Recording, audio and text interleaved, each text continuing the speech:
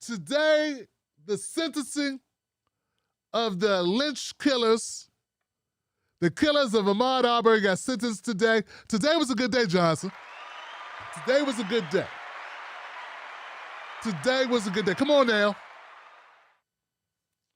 Come on now. You know what I'm talking about. You know I cover these stories now. I've been doing it for almost a decade. Tamir Rice, John Crawford. Come on now. Tatiana Jefferson. Come on now. Tamir Rice, Laquan McDonald, George Floyd, Breonna Taylor, Sandra Bland. Come on now. Who's been covering this from day one?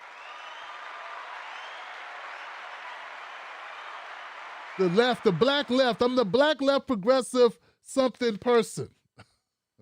Don't call yourself progressive, Tim. You put yourself in a box. You're so much bigger than that. You're for the people, Tim Black. I'll take that.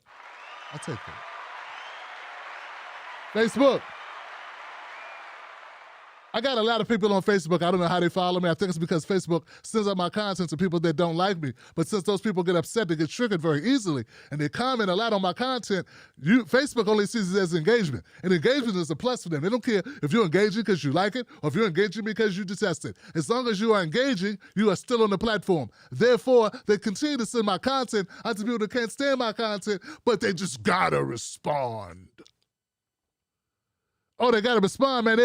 They're glued to my content. They hate it though. Oh, they hate it. Oh, they hate me, Johnson. They send me death threats.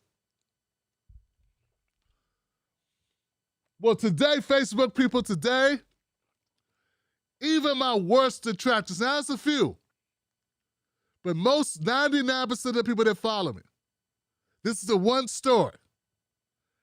Come on now, this is a one story out of all the stories I've covered. I've covered them all, Johnson. This is the one where 99% of the people that follow me on any platform that I'm on, we've been in agreement that the McMichaels needed to go to jail, and that happened today, Johnson. Those suckers are going to jail. They are going to jail, going to jail. They are going to jail, jail, jail. Come on now. Come on now, they're going to jail, jail. What's his name? The Reverend, the Twitter Reverend, the pastor, Black Talbert. He said if they die, the McMichaels got double life. They got life plus 20 years. That means if he go to jail and he die in jail, if he come back, he still got to go to penitentiary.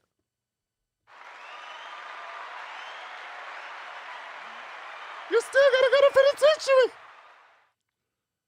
Now, he ain't saying like that because he's a reverend. He ain't gonna talk like Brother Tim Black. But he did say if you come back, you gotta go to jail. We know what you did last time you was here. Get your little ass in the penitentiary. Shout out to Richard Pryor, those who know what I'm talking about.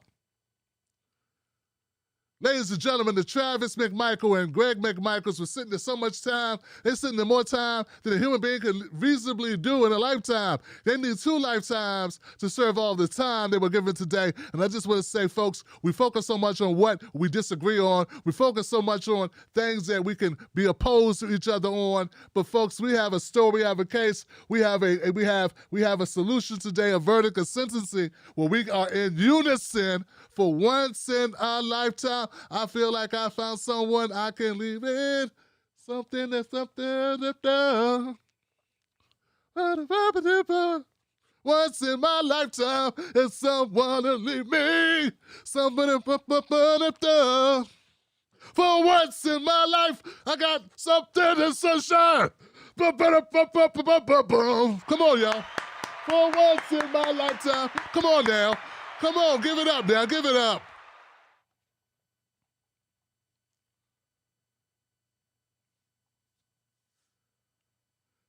Woo, they got a lot of time, Johnson.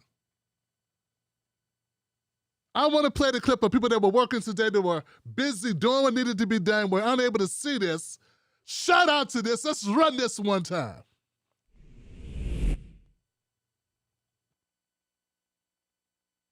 Sentencing. That said, with regard to the sentence in this case, as to Travis McMichael. Mr. McMichael, the court sentences you as follows. Count 1, malice murder, life without the possibility of parole. Count 2, felony murder, is vacated by operation of law. Count 3, felony murder, vacated by operation of law. Count 4, felony murder, vacated by operation of law. Count 5, felony murder, vacated by operation of law. Count 6, aggravated assault, merges into count 1. Count 7, aggravated assault. The court sentences the defendant to 20 years consecutive to count 1. Count 8, false imprisonment, merges into count 1. Count 9, attempted false imprisonment, 5 years concurrent to count 7.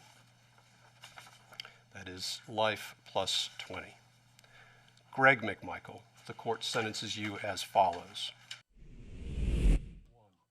Life plus 20, life plus 20, life plus 20, life plus 20. I feel like Mike Epps up in here. It's a beautiful thing, Johnson, when you get that type of time handed out to killers. Everybody say,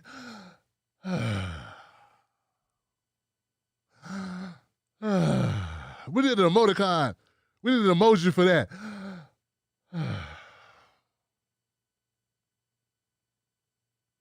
Yeah, baby, that's what I need an emoji for right there, Johnson. Hello, somebody. I want you to know that judge, the judge in this case, Judge Ramsey, that man deserves a Cheesecake Factory coupon, Johnson. Get him a Cheesecake Factory coupon right away. That judge did the damn thing, Johnson. Oh! He whooped that ass and gave out that justice. Now, I would like to nominate Judge Ramsey for the black card, temporary black card, awarded to Judge Ramsey for his ability to say, go to jail, Johnson. Go to jail. Now, folks, I want you to understand, you have to watch this, okay? But Judge Ramsey went through the, he got theatrical for a minute. He was like, well, I didn't see it coming because he's so calm, so professional, so, point by point by points. But there was one part of the show, he was like, I call it a show, one part of the trial, of the sentencing. He goes, this may seem theatrical, but I'm going to do it anyway. Oh, Lord, so what you going to do? What you going to do, Judge? He said, they chased this young man. They chased this young man for 5 minutes. They chased him for 5 minutes. I wonder what was going through that young man's mind, through his heart, how he must have been terrified for 5 minutes. In the spirit of that, I'd like for us to sit in silence for a minute to honor the fact that this was just a portion of how much time they spent chasing this young man who had done nothing wrong.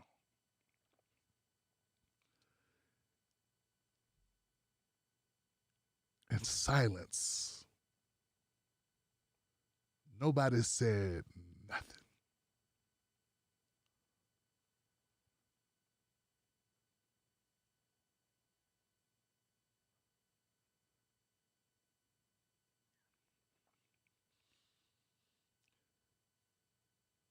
I also want to acknowledge Prosecutor Linda Binkowski for a job well done.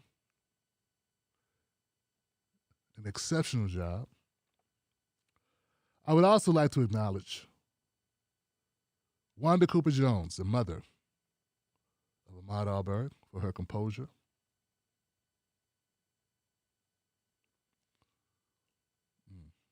And for her sticking it to that horrible defense attorney that brought up Ahmaud Arbery's toenails during the trial to degrade and debase this young man, this victim of a lynching, being murdered and killed in the street, trapped like a rat by these bigoted vigilantes.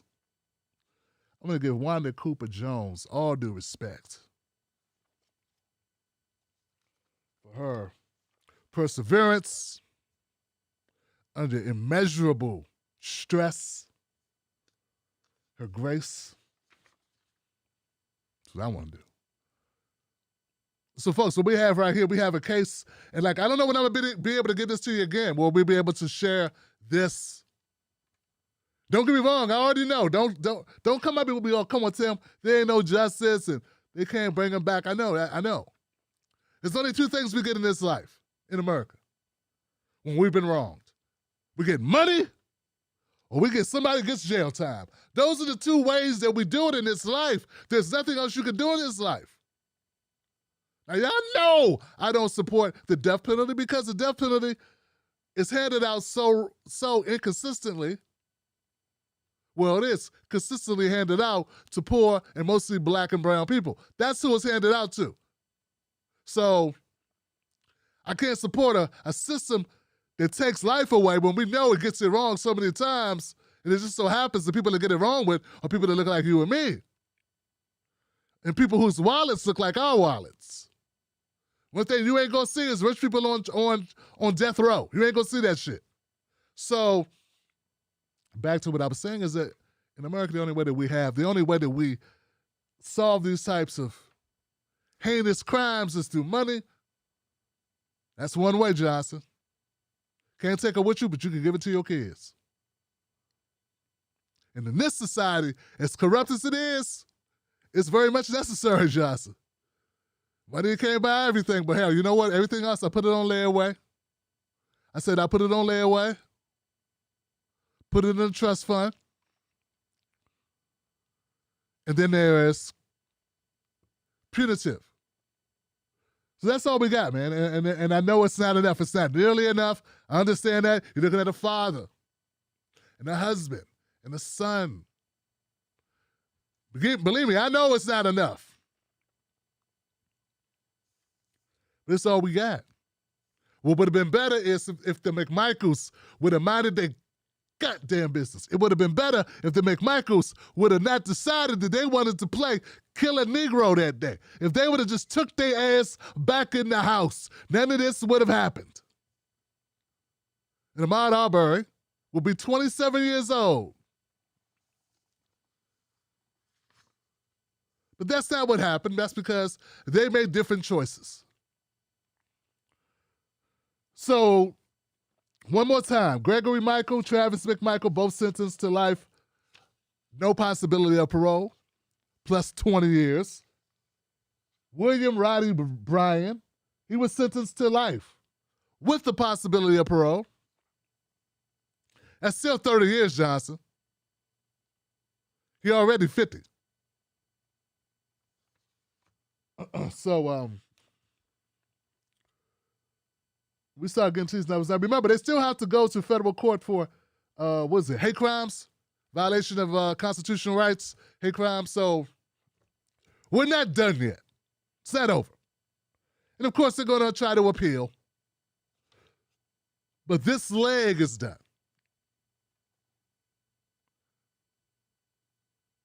And the sentence was correctly handed out today. And that's a beautiful thing, Johnson. Give it up for that, and give it up for yourselves. Riding with me on that story. Okay. Thank you, Wolfpack, for riding with me on these stories. Okay.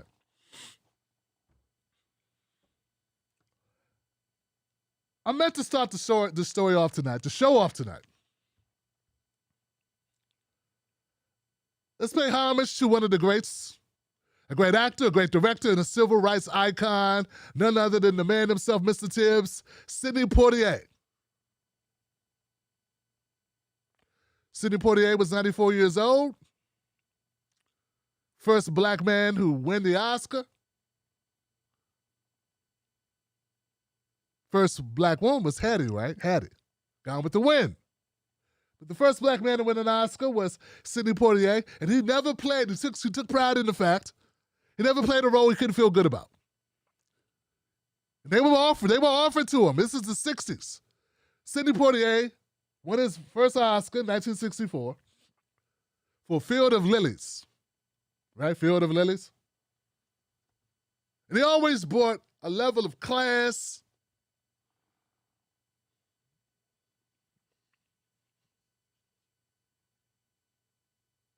you know? You know what? I don't know what you call it. What's the word for that? Confidence, style, grace, sophistication, regalness, pride. He always brought a level of pride to everything that he ever touched. They call him Mr. Tibbs.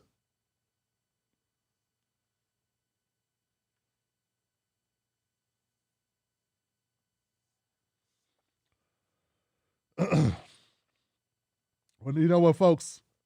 None of us can get out of life alive.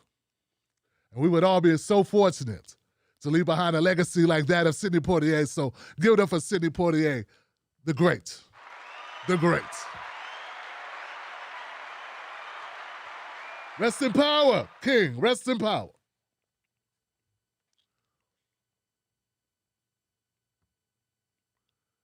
There's been a lot of talk, and this, I'm not sure if this is happening at all, but I want to cover it because I know it may be of interest to my audience. Joy Reid of the Reid Out may be out.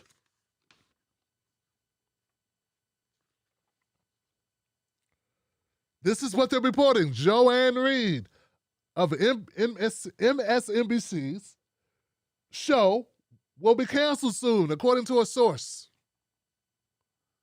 According to a source. So it says, following around the shuffling or reshuffling at MSNBC, which, by the way, all ratings are down post-Trump. Post-Trump, all the ratings are down. Joy Reid is reportedly facing the prospect of losing her show this spring, eliciting a range or barrage of social media reactions.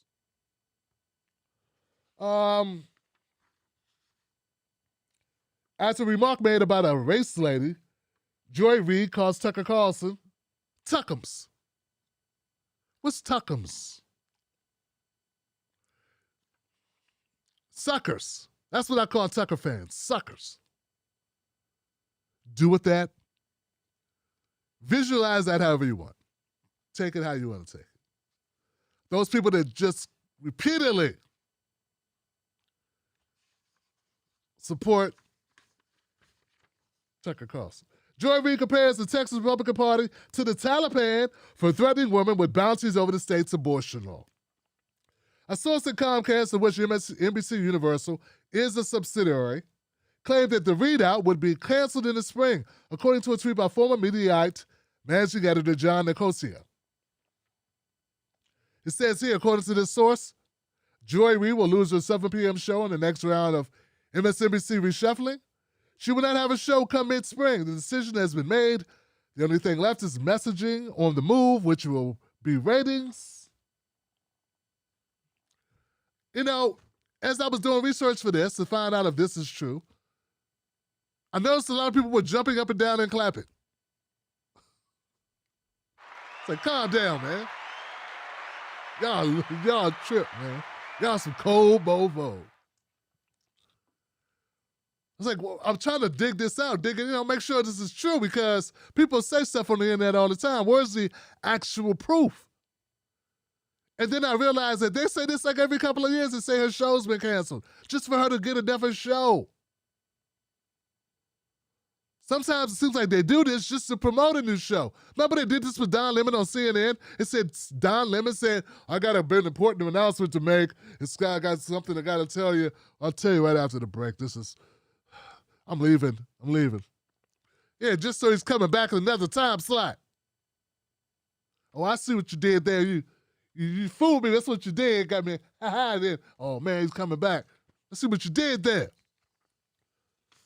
It's a way to get promotion without actually doing anything to get promoted for.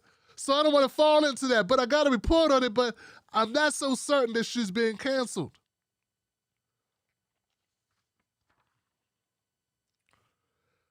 So everybody started joining in. The Fox News people started laughing, and it's Here's the thing, guys. Let's make sure.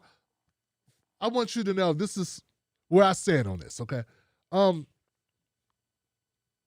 don't support any mainstream media that doesn't keep it 100. And since that's such a rare thing, that means I don't really support anybody, like as in they're all a part of the corporate machine. They'll tell you that they're not, but they are. Because if they were like me, they would not be able to work there because you can't maintain a job in a system like that if you're going to be speaking truth to power. They don't know what you're going to say, and you'll end up being fired because you're going to have to go against the establishment. You're going to have to stop making so many excuses for Joe Biden and Kamala Harris that you will be untenable. You're right, you'd be unmanageable because you have to call out some of the Democrats. You wouldn't be able to spend all day calling out Republicans. So no. If this story is true and Joy Reid is over and she's a has-been at this point, she's gone, she's a ghost, she just doesn't know it yet, fine. She'll be just fine. She's a multi-millionaire and has a lot of other offers just waiting on her, I'm sure. I'm sure of it. But this is something else I want to point out, which is the thing that really has made me discontented. Not so comfortable with the so-called progressive left. I hate Tucker and Hannity and Laura Ingraham too. Why not such veracity or such passion about getting rid of these scumbags? Like, we got more than just one level of scumbaggery here. I mean, I just have not accepted this thing where we only go after one side exclusively and then still call ourselves revolutionaries. I just don't get it. And I don't get why audiences buy into that. What do you call a progressive or a liberal or moderate or whatever who only goes after Republicans? A vote blue, anywho, neoliberal, defending status quo asshole. But what do you call a progressive, liberal, or whatever, that only goes after the center establishment and does nothing to calls nothing out regarding the Trumps and the Ingrams and the Hannitys, and they never just. So I understand conventional wisdom will say to him, like, you have no allies. You're going out to everyone. There's no one there. And my reply to that is, I know. That's the fucking deal. You don't get to cozy up to the right. You don't get to cozy up to the right while shitting on the middle. So call it both out. That's what I don't like. Go after Joy Reid. I've made countless videos about Joy Reid's antics. But I also make videos about Laura Ingraham and about Sean Hannity and about Tucker Carlson. And when I look at these other folks, I don't see any content about the Tuckster or the suckers. None. Because they just sit by their phone waiting on their phone call.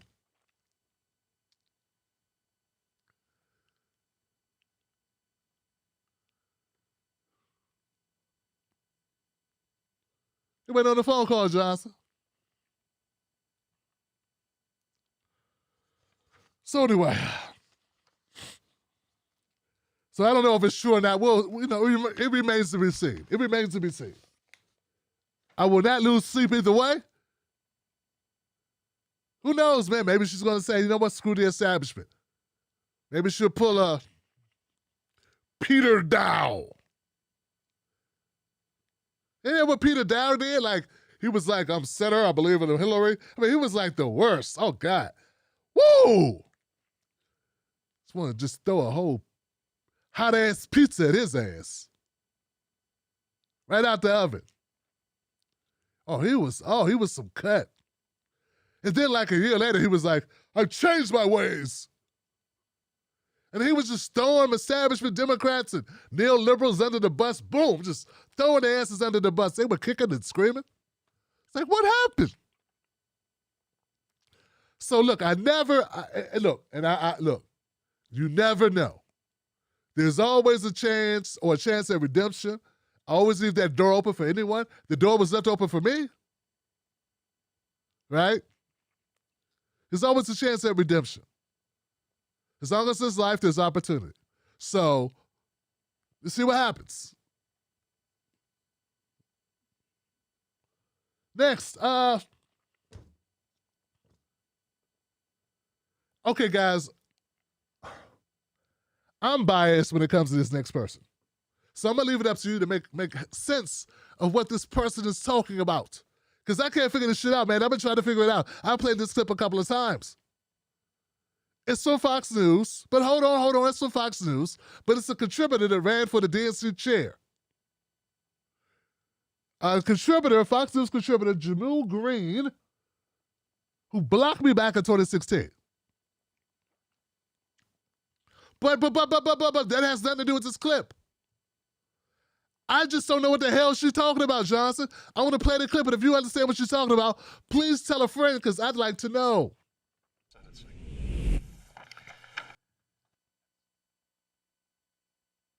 I understand that, this is the one thing that folks on the far left and far right agree with Republican challengers in 2024. They want this to be a story. It's not a story. We are seeing a record economic recovery.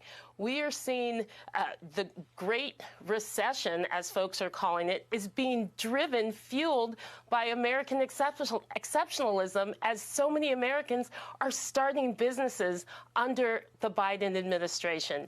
Yes, we've got work to do in 2022. I understand.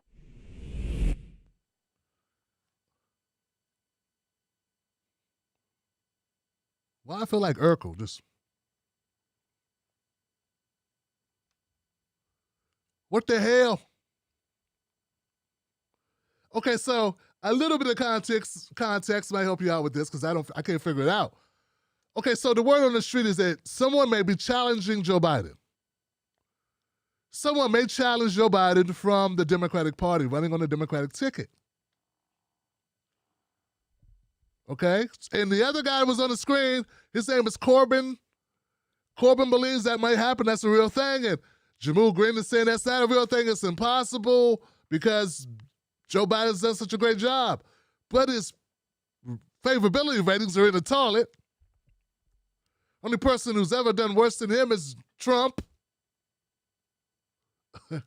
And so I don't know. But she's defending Joe Biden. And she's saying something about the left and the right, and I don't know, like word salad.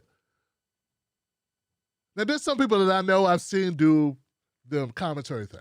And I'm like, wow, this person's really amazing. This person, I need to watch your tape. I need to pick up a few pointers. This person is so dynamic. They speak so well. I understand their articulation is on point.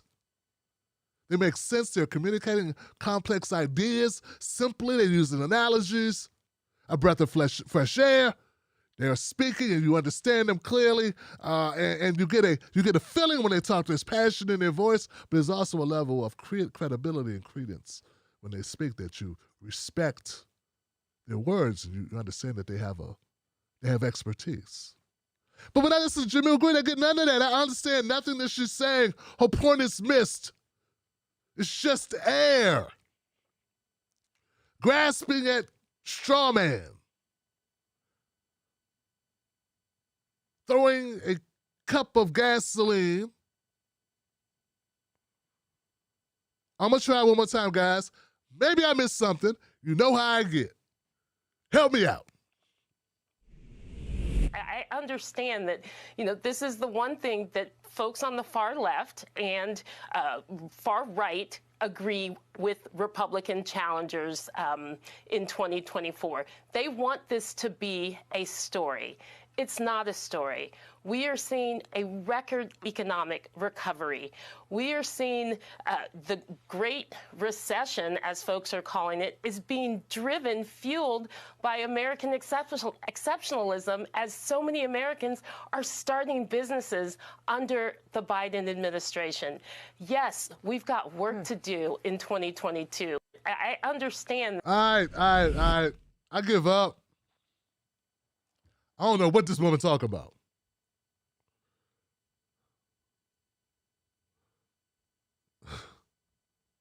I can't figure it out, Johnson. I ain't got time to try. First of all, if you believe that what she's saying is what she's putting down, if you're picking that up and you understand where she's coming from, you guys in the special little club, go form your own space, Twitter space. She said American exceptionalism. Why should she use that word? What does that got to do with Joe Biden? And when she talks about we're doing so well, like America's doing so well, the economy is going, it's booming. For whom? I have literally heard no one, absolutely no one say, hey man, I'm doing so well. I'm booming.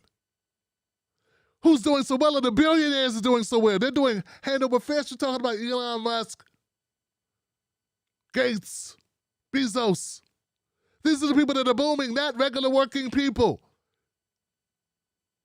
Jamal Green is full of shit. Now, I don't know what green is inhaling, but I would like some of that green.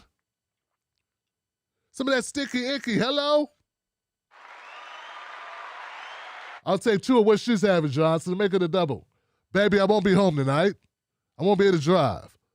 You just downstairs. I know I ain't gonna be able to walk upstairs after whatever after I take whatever Jamal Green's been using. I won't be able to walk a flight of stairs. Jesus Christ. Joe Biden.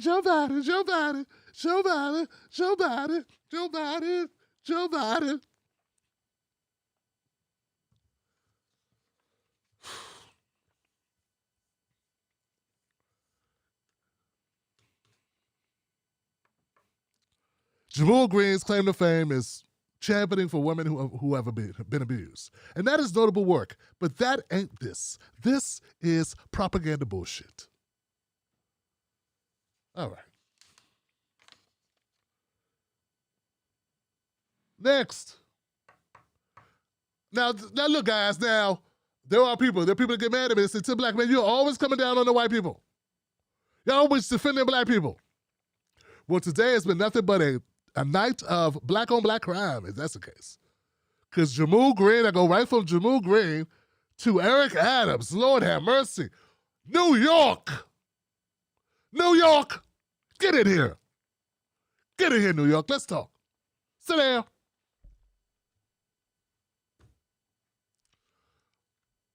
What the hell is going on with your fucking man? You chose this guy? This guy single-handedly in like a week has managed to piss off everybody. It's like he's just pissing off. He's just walking down the street. Hey, man. Hey. Come here a second. Why? I want to piss you off. Hey, have I pissed you off today? Come here. You got a second? Let me try. Hey, sister, in the nun outfit. You been pissed off today? Well, hold on to your breasts. Here I come. Hold on to your nunnery, whatever. Listen to this. I understand. The ecosystem of this city. My low-skilled workers, my cooks, my dishwashers, my messengers, my shoe shine people, those who work in Dunkin' Donuts, they don't have the academic skills to sit in a corner office. They need this. We are in this together. And we should be saying to our, if my businesses are sharing with their employees, you are part of the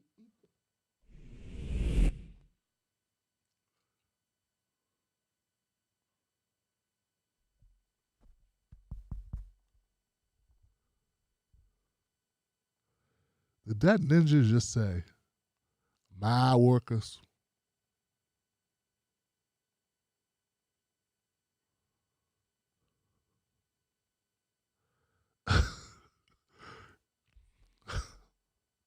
Did he just say, my low-skilled workers? my dishwashers, my trash men, my barkeeps. Sound like he running a plantation, don't he? Sound like he is running a plantation. Ladies and gentlemen, you ain't got a man. You got Stephen from Django. Give it up for Stephen from Django, y'all. Give it up for Stephen from Django, y'all. Come on now, come on now. Come on now.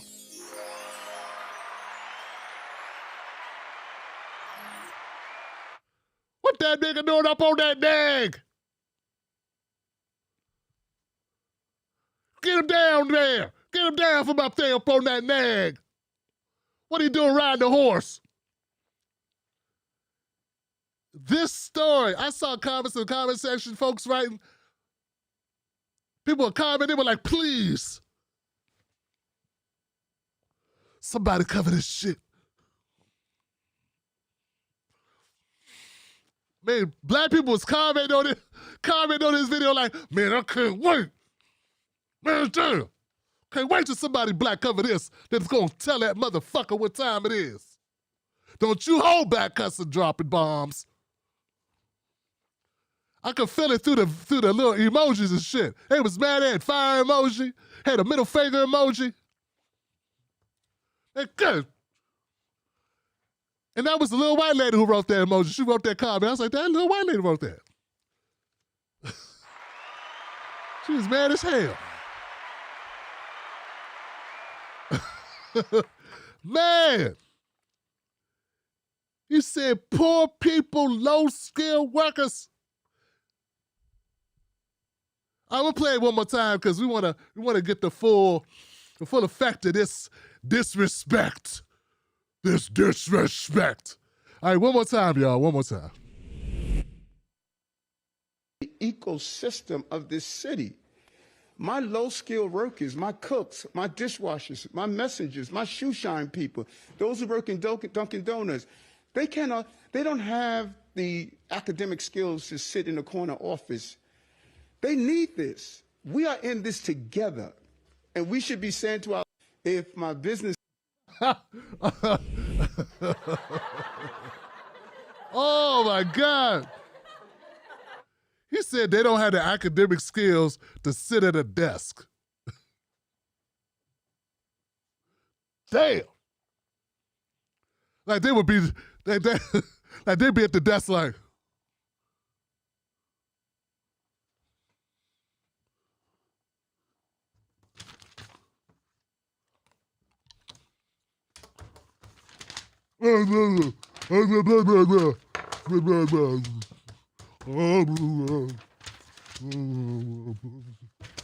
Just breaking shit, destroying it. Get up and pee all over the desk. What I'm gonna do, man. Eat that.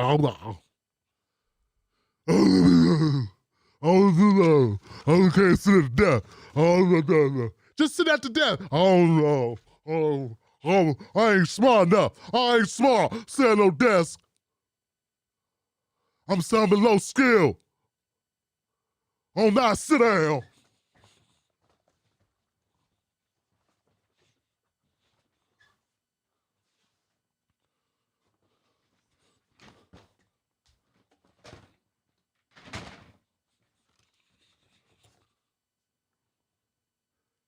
I ain't good at sitting down.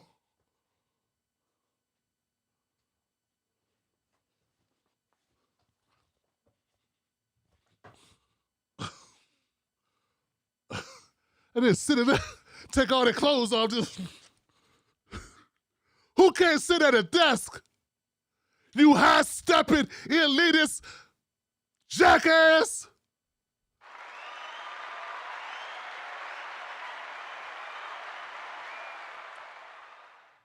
And who? Come on.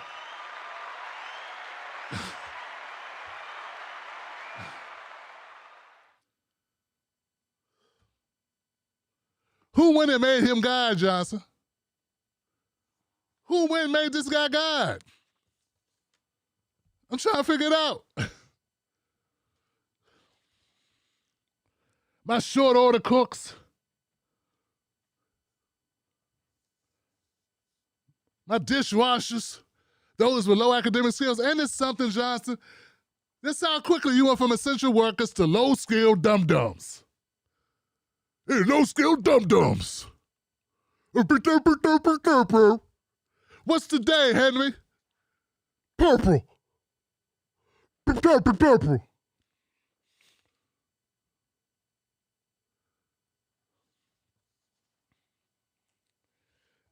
Folks, what's really scary about Eric Adams, he only had this job a week. Who's in his comms team? Who's his brain trust? Who is his brain? Who's telling this guy? Who's advising him? Folks, this guy is just shit on. And at the end of the day, remember that, look. At the end of the day, remember this. What he's trying to do is convince the world, convince poor people that they need to sacrifice their life for chain restaurants being opened. That's right, sacrifice your life, put your life in jeopardy for chain restaurants to be open, for the metro to run on time, for somebody to be able to go get their Starbucks coffee. Sacrifice your life so he can get a goddamn bagel, a salmon, what is that? Salmon, whatever. Forget your fish. Gotta go get the papers. Gotta go get the papers. Jadakiss, come get them. Jadakiss, 50 Cent, The Locks, come get your boy. Yo, Hove, come get your boy. So hey, all these rappers supported Eric Adams. Asshole. All right, you guys. The last thing I say on this is no one's responsibility that your economy works except you. Eric Adams, that's the government's job. If you want people to be able to come out, you want people to be able to go back to work, that's good. People want to go back to work. But if they can't go back to work because they're afraid they're going to die, they're going to get sick, okay? We need to do something to mitigate that risk for those people so they feel more comfortable coming out. No one will go outside. People are just shooting outside and bullets are just flying through the air. Ain't nobody going out there. You should not be expecting that or demanding that or talking down to people, trying to get them, like that's going to change reality for them. That's right. Sacrifice yourself. Save New York. We're bigger than that. We're bigger than your life. Come on. We're bigger than your life. Your life don't matter. Come on here. What? You want to spend with your grandkids? Come on. What, walk your daughter down the aisle? Come on. What?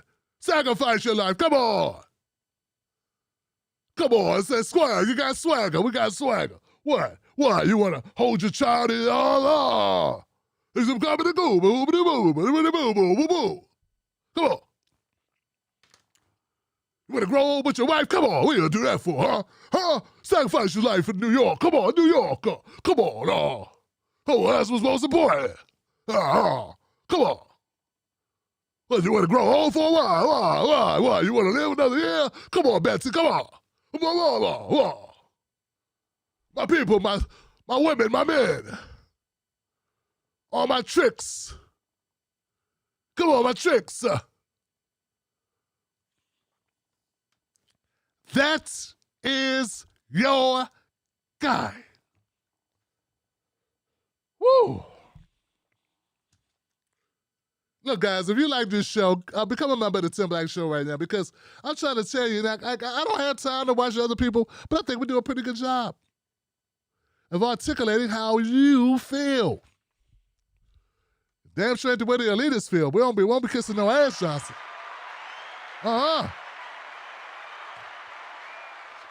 Become a member of the Tim Black Show. You already watching the show. You're right here. You might as well subscribe. Stick it to the establishment. Support this show. All right, let's go to phone calls where we got them. Thank y'all for that. That was good. It was good stuff.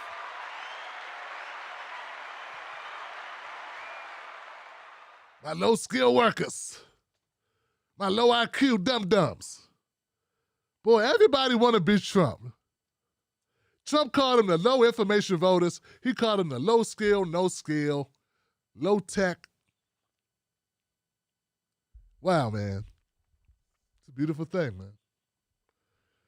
Everybody want to be Trump. They just pretended like they didn't like Trump. What they didn't like was that Trump was on the other team. That's all it was. That's really what it is.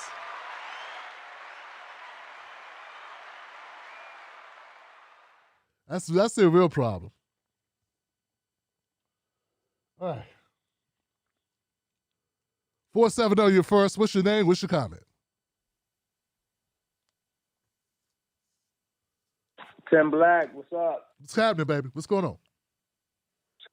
This is Damon in Atlanta. Happy New Year to Mr. and Mrs. Black and the Wolf Pack. No and doubt. What I want to talk about tonight was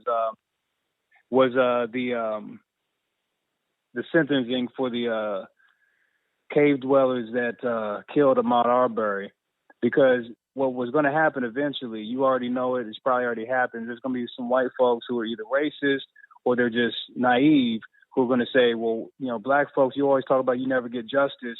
Well, here it is. Need I remind them that if this was not on tape, none of this would have happened. So when it comes to black folks trying to get justice, you know, it's got to be a slam dunk, a home run, a hole-in-one, all-in-one for us to get justice. And white folks, it can be the mere accusation against a black person, and that black person can get locked up. So let's not have a ticker tape parade and act like justice was truly done in this case, because the DA and everybody tried to suppress this, and only because it went viral and everybody saw that this was an egregious miscarriage of justice did we actually get justice. And the same thing could be said of the Derek Chauvin trial. It had to be on tape. Everybody had to see it, and even white folks was like, "Well, yeah, that's fucked up." You know, for something bad to happen to the criminals. So let's never forget the fact that we've got to have the perfect storm for us to get justice, and that's what we can never forget. So glad I was first on the show tonight, but love you, Tim Black. What you do, Wolfpack. Good up for my caller, y'all. Yeah, they needed that film. And they're going to prosecute the prosecutor. Isn't that something? The prosecutor, the DA, they would not bring the case originally. They're now taking that person. That person lost their job, and they're facing prosecution for not bringing the case. They're facing prosecution for not bringing the case, Johnson. I cover countless stories, man. When you're going up against, what? Remember, this is not a police officer. This is just regular folks. These are not cops, but they did have some authority and some a level of access to law enforcement, because Greg McMichael's former career in law enforcement as a district attorney. So that's the reason why this has any connection to the police. But remember, they did not arrest these two people. So we're not going to retry the case. I've covered it extensively about what was needed in this case, but it's important to note. Yeah, of course we're going to have people that say, "Oh, you got that one, you should be happy and everything's always good," But, the fact that there'll be another case tomorrow, will totally rectify that. You know what I'm saying? But now you're right. That talking point will always be played. Well, see, there you go. Really, Johnson? But I'm going to go to the next call, man. 612. You're live. What's your name? What's your comment? Hey, Tim. It's Alicia. How are you? Hey, what's going on, Alicia? What's happening? Not much. Just saying what's up. Just a few things. First, I want to say Eric Adams is a damn fool. He sounds like a fool and he acts like a fool, and I don't know how he's going to get himself out of this. It's only been, I don't know how long, but he is just out there talking about skills. Like, what the fuck? I don't know. Like, you already went over it all. I've seen that clip, because I watch way too much political news. I've seen that clip 6 times today, and each time my blood has boiled. I swear. But anyway, and then earlier, I don't know what that lady was saying, but the really sad fact is that right now we technically are in an economic boom. Like you said, it's just everywhere, seriously. Like there's like 5 categories, and every category we're up besides wages, workers' wages. We're the ones who are eating it. We're eating it all right now. We're eating it all. We're all getting sick. Speaking of, me and my whole family came down with COVID. Thank God it was really, really mild. Me and my mom, maybe if I'm like nervous. Me and my mom were vaxxed and boosted, and my son was first. Alicia, you're breaking up a little bit. We hear you sound very fuzzy. Yeah, sound a little fuzzy. It was good at first, and then it just something about the quality of the sound was getting very muffled. Yeah. Okay. Can you hear me now? Yeah, still a little rough, but go ahead, finish your point. All right. I don't know what that was. Maybe you got a Bluetooth for your battery's dying, or I don't know.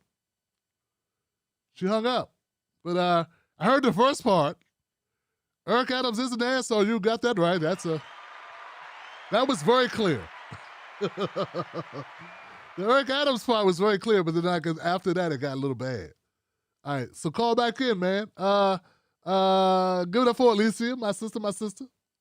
512. You're live. What's your name? Hello. Hey.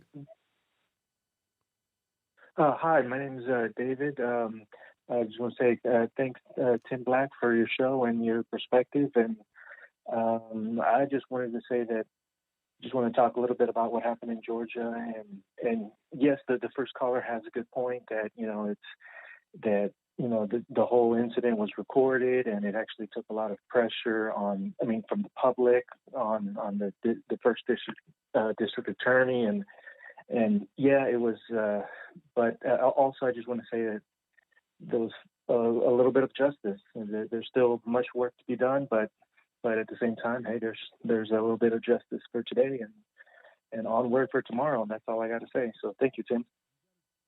Got it, David. Thanks for the phone call, my brother. I'm glad to hear from you. Happy New Year to you. Yeah, man. That's, make no mistake. I get the caller's point. I'm not going to let those people who throw everything in our face steal this little moment, because I need the moments, frankly. I cover these stories constantly, and I'm so tired of people like Ahmaud Arbery.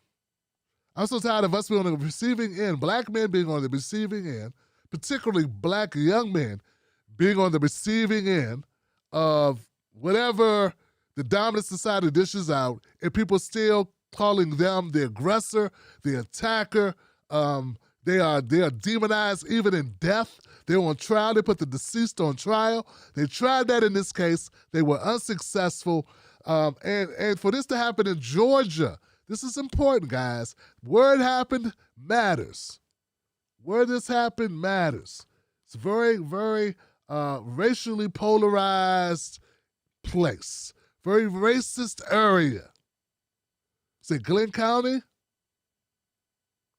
And from my call, it's my understanding is this is not an area where you can expect fair treatment. So it's good that we were able to get this, and that's life plus 20.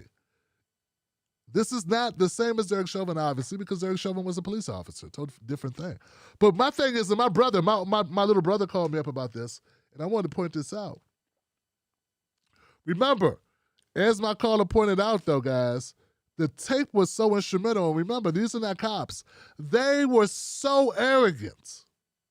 It was their own arrogance that got them convicted. It was their own arrogance, Johnson. They filmed this themselves. They filmed this themselves and supplied it themselves to a lawyer who turned it over as evidence. This was, without them, they would not be in this situation. Ahmaud Arbery would be alive, but even beyond that, without them being arrogant bigots, then there would be no case. It was months before they even brought charges against these men. So I'm going to go to the next call, 240. Oh, let me go back to my caller, Alicia. She dialed back in for me. Let me try it one more time. Hey, Alicia.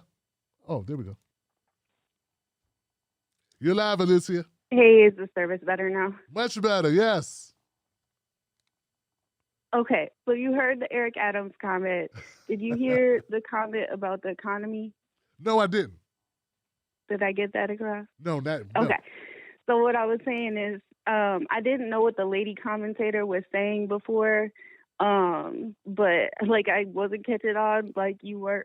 But technically, we are like in an economic boom right now, although like in all the categories besides workers' wages.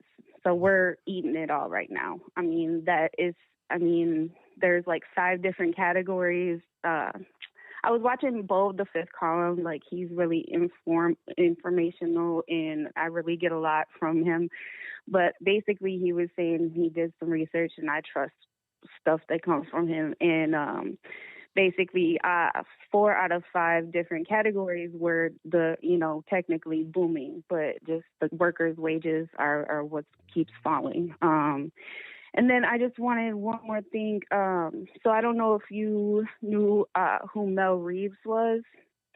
I wasn't familiar with him until just a hearing of his passing. But after researching a little bit and finding out, he passed yesterday at 64 of COVID-19. He was an activist and journalist in Minneapolis, and for the Minnesota Spokesman Recorder, which was a black-owned news. Sorry, I'm nervous. And basically, I just wanted people to like take a look up his story, because he was hesitant about the vaccine, and then he got sick, and he was, even did his own reporting in the hospital, and kind of was telling, people out there that, if you're hesitant, maybe look at it again, because he really, suffered through it, and he was pulling through and everything, and people thought he was going to get out, and then he had some sort of complication, and he passed away yesterday. So I just didn't want his words to go in vain. And I thought if we could like help one person, possibly go in the direction of getting the vaccine, that might save one life, Me and my son and my mom all got COVID over the New Year's. And thank God we were all vaxxed, and me and my mom had our boosters, but my son couldn't have his booster because he was too young for it. And so he got it worse. So I was able to see anecdotally that like my son had it like 2 times worse than me and my mom, and we were both boosted. And so I know that's an anecdotal story or whatever, but just to me, it kind of just cemented in there like, yeah, I don't like the pharmaceutical industry. Yeah, I don't like a lot of the things that happens and whatnot. And there can be a good drug that comes out of it at the same time.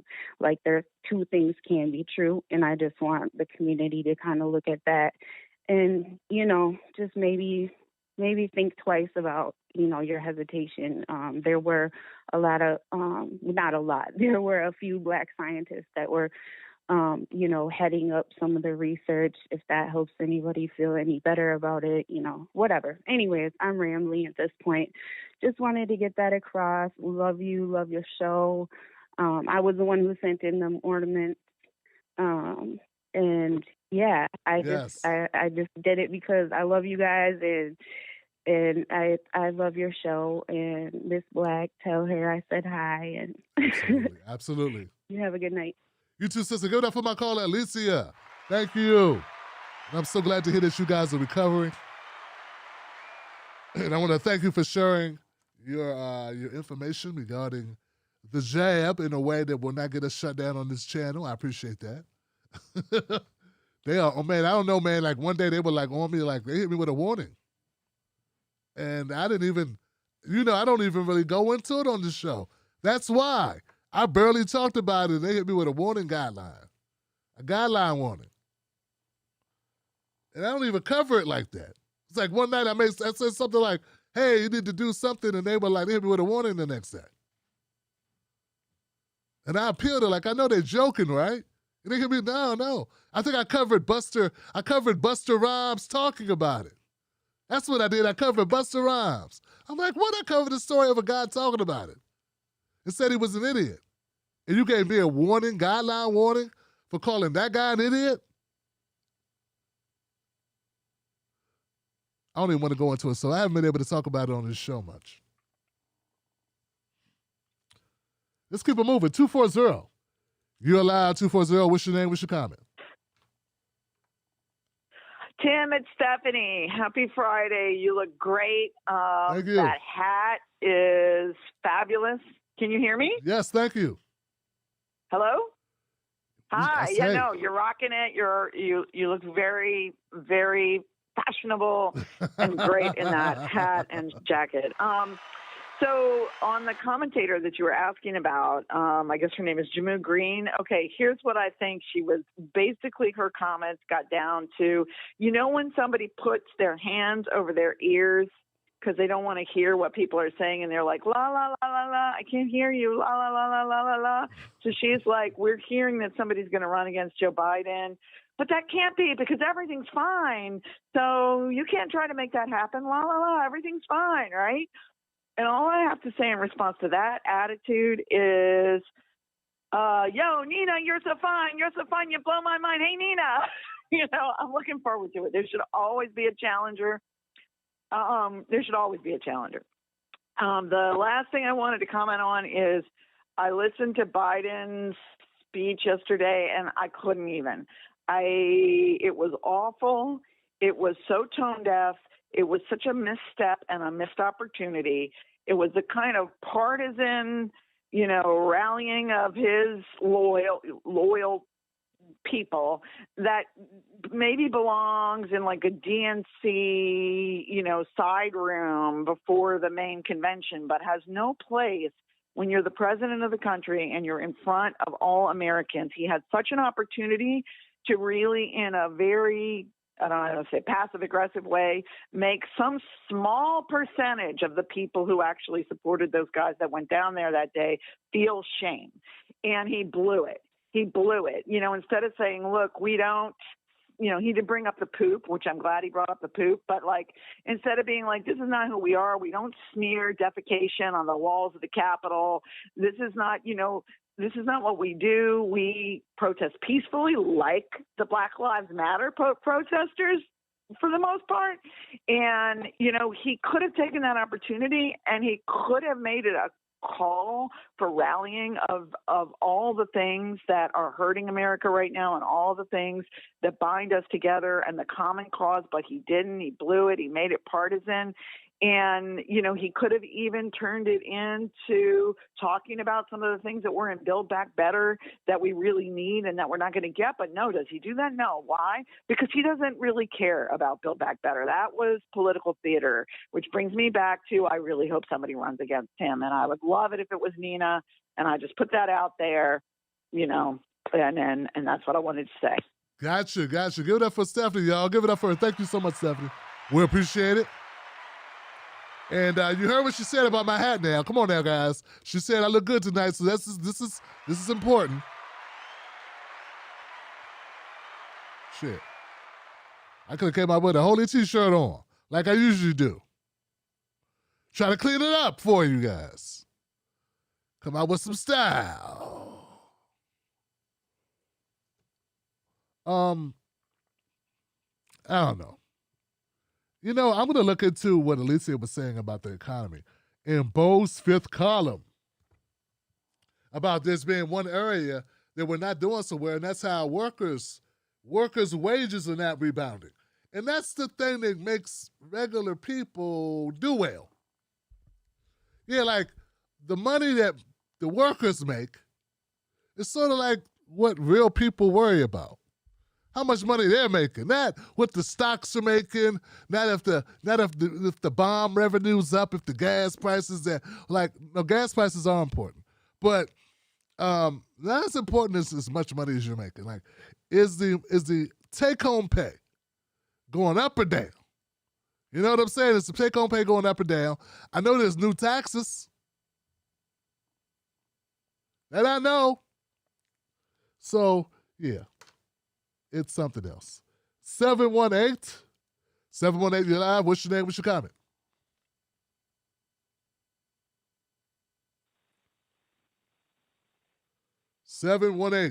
You're live. Hi, Tim. This is Anna from New York. How are you? Hey, Anna, what's on your mind? Thank you so much for bringing up Eric Adams. Boy.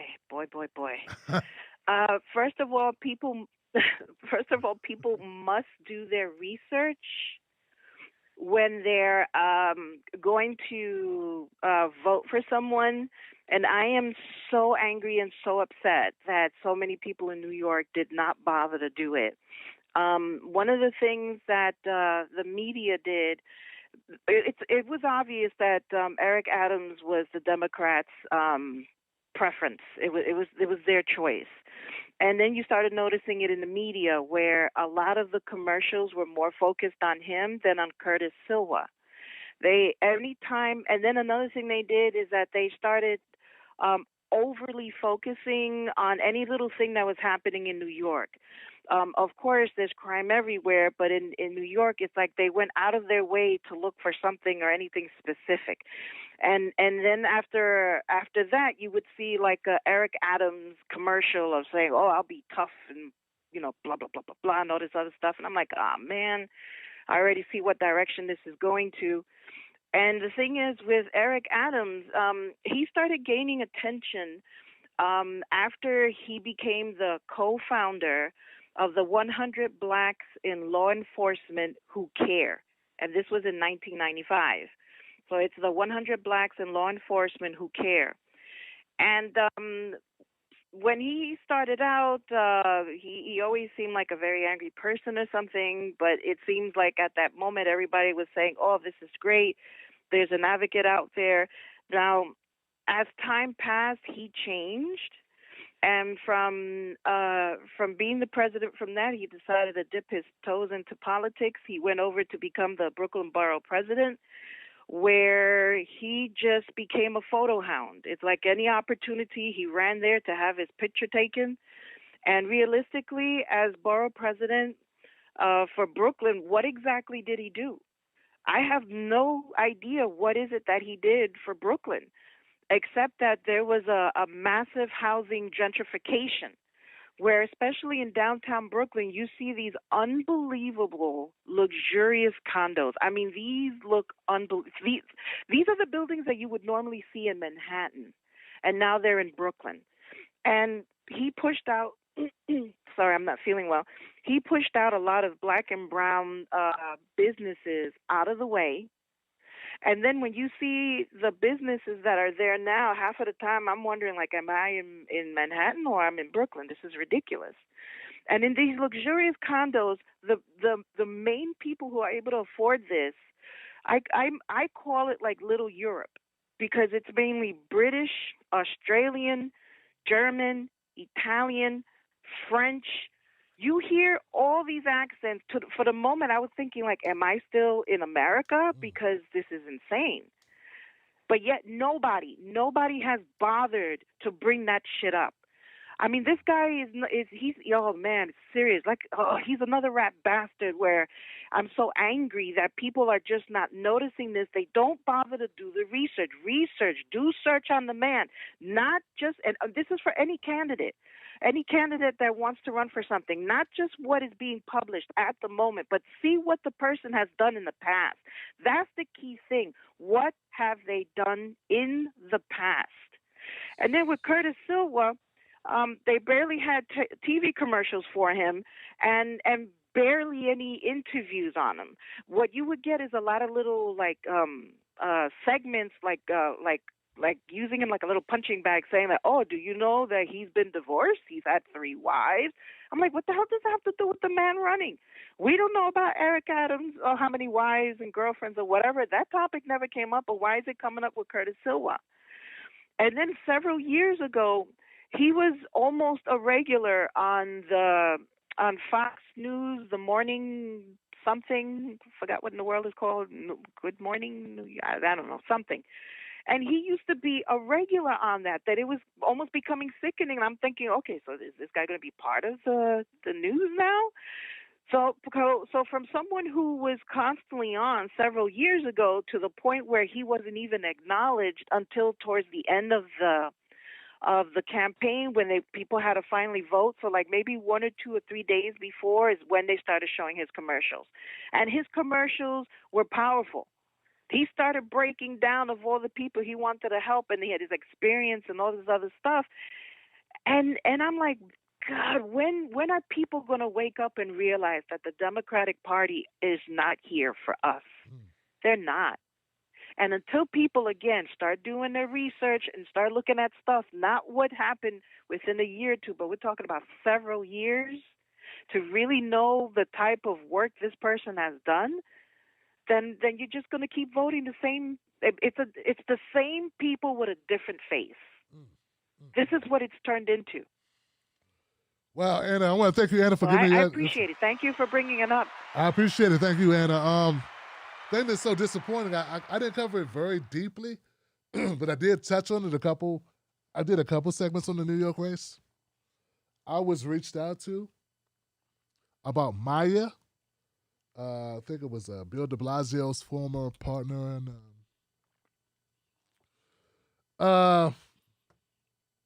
then there was someone else who was supposed to be progressive. Then there was someone else who was supposed to be worse than Eric. My thing was, wasn't there ranked choice voting at play in this? And then there was a breakdown in communication about how this worked, and people didn't understand it, which led to lower voter turnout. Like, there's a lot of murkiness surrounding the election itself. I'm just asking. These are things that came to my attention. Is that correct? Everybody knows that the dice are loaded. We all have responsibility to dig deeper. Yeah, I don't know. I just remember something. Like it's always been. I don't know, guys. She says, Anna says that it's a different face, but it's always the same person. Isn't that something? Isn't that a way to put it, though? It's a different person. It's a different face, but always the same person. Jesus. That's one way to put it, isn't it? Wow. That's Cohen.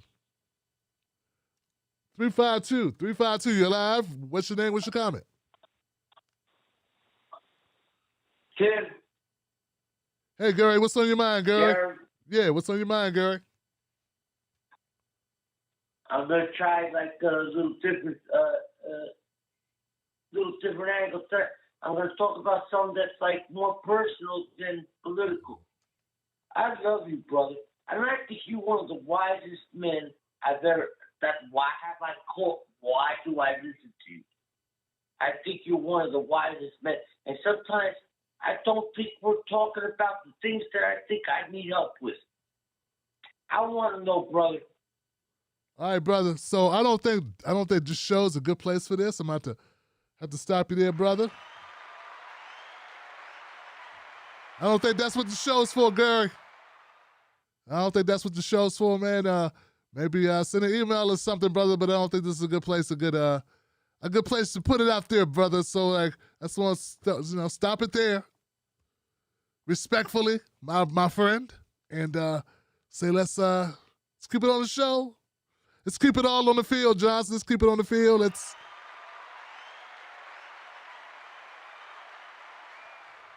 Let's keep it within the guardrails of within the show. Get what I'm coming from? That makes sense? That makes sense, Johnson. Come on now. What a night. What a night, Johnson. What a night. That makes sense, Johnson. Wolfpack, that makes sense.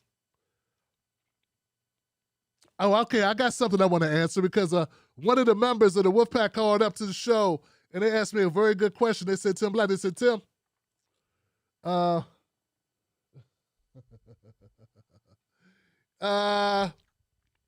they said, Tim Black, what is this about the Wolfpack? What is the Wolfpack?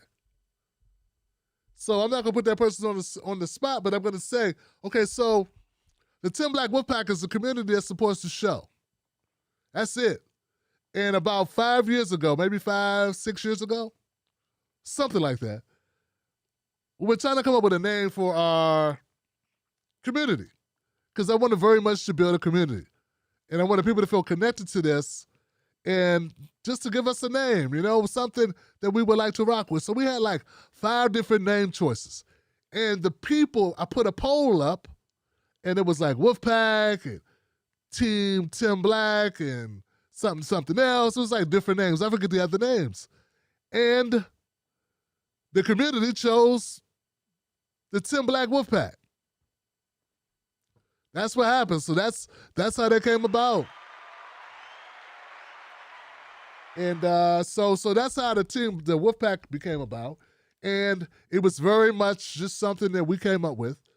And then I found a wolf, and I had someone do a design on Fiverr, and it became the Tim Black Wolfpack with the wolf and shit. And I don't know, there are other people would. Then I realized that TYC has a Wolfpack, but it's actually a political action committee. A political action committee. It's like a thing for politics. Tim Black's Wolfpack is not a political action committee. And ours is spelled pack, like a wolf pack. And theirs is spelled like pack, a political action committee.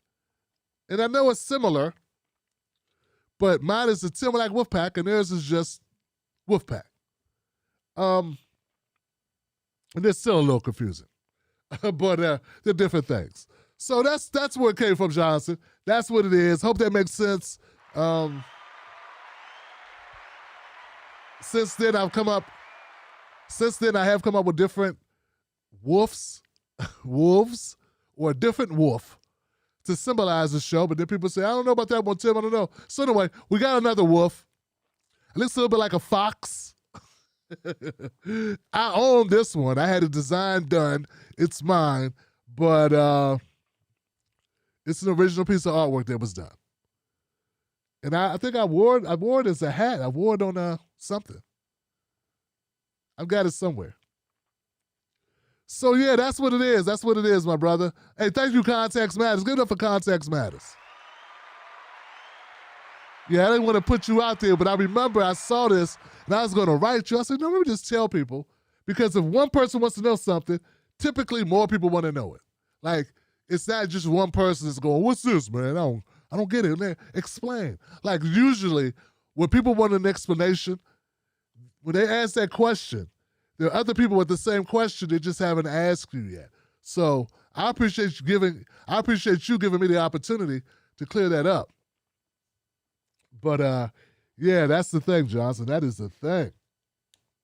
I got another call. I'm gonna take this call with the 11111. You are live. What's your name? What's your comment? Hi, Tim. How are you? I'm excellent. Who's this? Hello. Hotep calling. What's on your mind, man? Hotep. Okay. What's on your mind, my brother? Yes. I've tried calling in. I had tried calling in the past. You usually have a queue of about 2 billion people, so I'm glad I got through today. It's all good, family. It's all good.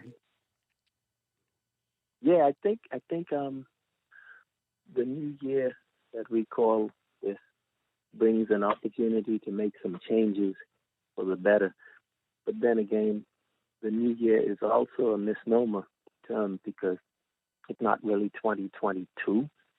It's more like 200,000, 2022, which brings into perspective more of the Homo sapien history, which would help us. It's almost like going somewhere and thinking it's 12 p.m., but it's really 2 a.m. So for a lot of our, especially as Black and brown people, for a lot of our thinking and direction, I think it's good to just put everything in perspective, the time we actually live in, who our true friends are, who we are. Otherwise, we could operate a whole lifetime with either 100% wrong paradigm or a portion. So I'm trying to figure a few things out for this 2022 AD. I know Dominique, and just thought I'd call and say that maybe other people trying to figure out what the hell's going on in the world too. All right, brother. Well, I appreciate your phone call. Give it up for my caller. He says, hey, get your time right. Get your time right. We live in America's one thing, but the world is another. It's on a different time. That's very philosophical of you. Very deep thinking. Sometimes I consider we all get philosophical. We all go deeper than the surface from time to time. I know I do. I ruminate over what am I really trying to accomplish here? And who am I to want to make a difference? Who am I to try to, do these things? And what are we going to accomplish? And I go through the whole thing. I'm sure a lot of you go through that. You got, one of the things I've been doing is that I usually go to bed listening to something inspirational or informative. And one of the things I've been listening to recently was a concept that in 200 years, everyone that knew you will be gone. And then it's like our lives are like, if we're fortunate. Our lives are 200-year blocks. I think that's sort of like what my caller is talking about. I know, isn't that something though? It's like, if you think about it, and I know a lot of times we don't want to think about our own mortality, but it's like 200 years. Like your kids will remember you because you raised them. And then your grandkids will speak about you less. And then your great-grandkids, you'll be this picture. But you go much past that, it's a wrap, Johnson. I mean, it's just, you'll never find a love like mine. You know what I'm saying? I don't know if I'm doing Love Boat or if I'm doing Lou Rawls. But it's important to kind of put things in perspective. So I don't know. I don't know what that means. I don't know where I'm going with that. That's not really a pick-me-up. That's not a warm feeling, but it puts in perspective where you're getting pissed off about, darn it, I birthed the peas. Damn it, I birthed the wings. It's okay, Johnson. It's okay.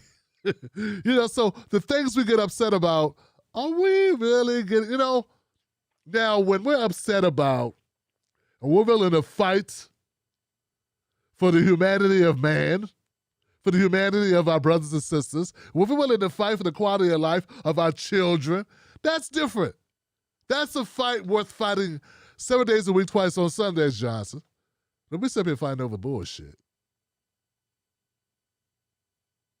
You know what I'm saying?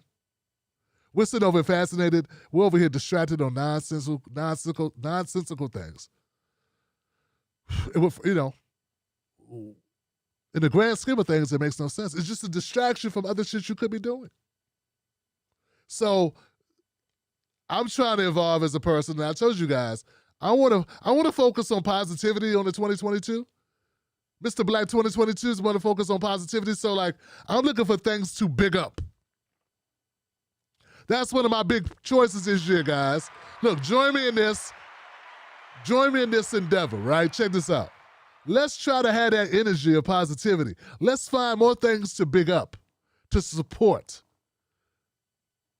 to uplift than to talk down. Okay, let's do that. Let's find more things to be happy about and to elevate as opposed to stomp on, to complain about. You know what I'm saying? I want to go the other way just to see how it is. Just to see, I don't know, maybe it'll all be the same. But I want to know, if I spent 2022 bigging it up, instead of finding commentators I disagree with, I find ones I agreed with and big them up. All the way up. All the way up. All the way up. All the way, if I started doing that, would that make me feel better? Now, I think it will have it. Now, remember, I'm Tim Black of the Tim Black Wolfpack, and I have a show, and I have supporters of the show. It's kind of like my responsibility to try to take things to that type of level, to say, okay, what kind of steward are you being? You got this thing. Are you doing anything positive with it? And I think, I don't know what it'll mean for us, but I think the type of energy that's positive, that's going to help people, that's more uplifting as opposed to less negative, less critical, maybe that will be something that rubs off and somehow helps you, helps us. Like, and even if it doesn't, it'll probably make us feel better. You know, it'll probably make us feel better, like give us a better mojo, better karma. Now, I'm not certain that's how that works. I have never been here before to know this. But why not try? Why not try? Hey, look, it couldn't hurt. It could not hurt. I'm going to go to another call. I got an 808 number in the house. 808, you are live. What's your name? What's your comment? What's going on, Tim Black? It's William from Hawaii. What's up, William? So I just figured you're having an easy night, man. I didn't want to make it too easy for you. So I figured I'd call in and give you some rigmarole about something, and hopefully it'll be interesting for about 2.5 seconds. You were talking about being positive. How much more positive can you get than Tuesday night's B. Arthur talk? B. Arthur talk on a Tuesday, that's positive. That's starting the new year off correctly. Now, I don't have any other Golden Girls info for you this evening, but I do want to talk a little bit about Eric Adams. Eric Adams, he's like the epitome of what's wrong with society at this point, and it has to do with where people set their values. And this was kind of the point of my B. Arthur rant the other night. You know, if you listen to other podcasters who's, you know, especially the ones that belong in the arc of the Rogan experience, fall into that wing. You listen to these people talk, and it's disturbing. I heard a conversation between two of those, you know, six-figure mokes, like just a couple days ago, where they were talking about, I have to be in front of the audience, so I have to make sure I don't get too detached and can relate to people. I know they all have a house to take care of. I know they all have, like, talking about, like, the most unrealistic view of the shit that people have to actually deal with on a daily basis, and they have no clue. But what makes it scary is suddenly there's this rhetoric, and it's becoming very common about the idea of, well, I don't want anyone to take what I got because I earned it. And I'm sorry, take Joe Rogan and all his money, all the money he's making right now. From a value standpoint, does he have as much value on society as any single school teacher, as any single nurse, as any single doctor, as a bricklayer, as a mechanic that fixes your car? And that's been the big problem over the last maybe 25 years. You have, these things aren't like magical that happen, that rich folks just grab the phone and they call and they're like, hey, my car's broke. Someone's going to fix my car. Well, what's happened is there's a middleman now. And the middleman is the guy who makes all the money. It's not the guy who makes the couch that makes the money. It's the guy who sells the couch that makes some money. And the guy who owns the store makes the most amount of money. And so things have gotten all flipped over backwards in jobs like laying bricks or carpentry or drywall workers. I mean, these are skilled jobs. You may not be part of the best and the brightest out of the Ivy League, but I can guarantee if I hire a guy to come do the drywall in my house, the drywall is going to be correct when he's finished. None of those Ivy League, I won't say the word, none of them spoon up the ass, have gotten a single thing right. I mean, I can't think of anything that they have brought to the table that has made society better. Maybe outside of, the hard sciences. But if you look at any of the social sciences, they've done nothing. What has anybody come out of the Ivy League law-wise and actually made better? Economically, what have they made better? In fact, they've missed every economic downturn for the last 40 years. They haven't got a single one right. I guess that's all I got to say. But I like your attitude about having things positive, and I wish I could have put a better positive spin on the end of that. Go be Arthur. Thanks a lot, Tim. I love you, man. All right, brother. Give it up for my man, William. But I gotta tell him. Okay. First of all, on the B. Arthur thing. So with the spirit of what I'm going at, with the positivity, right? That part of it, there was no need to throw, what's her name? Betty White under the bus to uplift B. Arthur, because people didn't know about B. Arthur. And if you're informing us about B. Arthur, it wasn't that Betty White did something to B. Arthur. You know, it's just that people gave her more attention, and you were saying that they weren't justified in doing so. But by you shedding attention on B, I don't think it was necessary for you to put down Betty White in order to do that. She had just died. So that's not the tact I would have taken. That's just different way that I want to roll in 2022, if I can help it. I'm not going to say I'm always be good at this, that I'm always going to be successful, but I am going to always try. I know what you're talking about when it comes to people making money, but you know what? A lot of people make money they just shouldn't make. Like, if we want to sit around and be the arbitrators of who should make money. I mean, because at the end of the day, there are a lot of people that I think are making money that should make that money. But they are making that money because life ain't fucking fair, man. And Joe Rogan is just one guy. Like, he's making the money that a network would usually make. You know what I'm saying? And the fact that a single person, an individual, could create something that's successful, that rivals, that has CNN and MSNBC or Fox or any of these entities worried, in the least, is very, to me, is inspirational. It doesn't mean I agree with him. It does not mean that I agree with his takes. I don't watch a lot of it. There have been things that have come to my attention. Unless it gets newsworthy, then I'll watch it and be like, okay, no, I gotta watch this. But I typically don't watch because, like, there's a lot of other shit going on, you know? It's not something I watch for fun, okay? But the fact that an individual could come and make money and put the establishment on their heels at all, that's so fucking rare, man. Like, that's not something that's gonna happen a lot. So that's like an outlier to begin with. More than likely, you're gonna have a machine around you. Like, there is no black Joe Rogan. Okay, there's no black, like, individual. And remember, he had to be on Fear Factor and do, like, wrestling and all this other shit to be in a position to even do that. And then he, like, backed into it. So it is what it is. As far as Eric Adams being this type of person, man, bro, yeah, it's always condescending assholes. You know, to talk down to workers. That is as old as this country, I have to imagine. There's always been people that look down their nose at working people.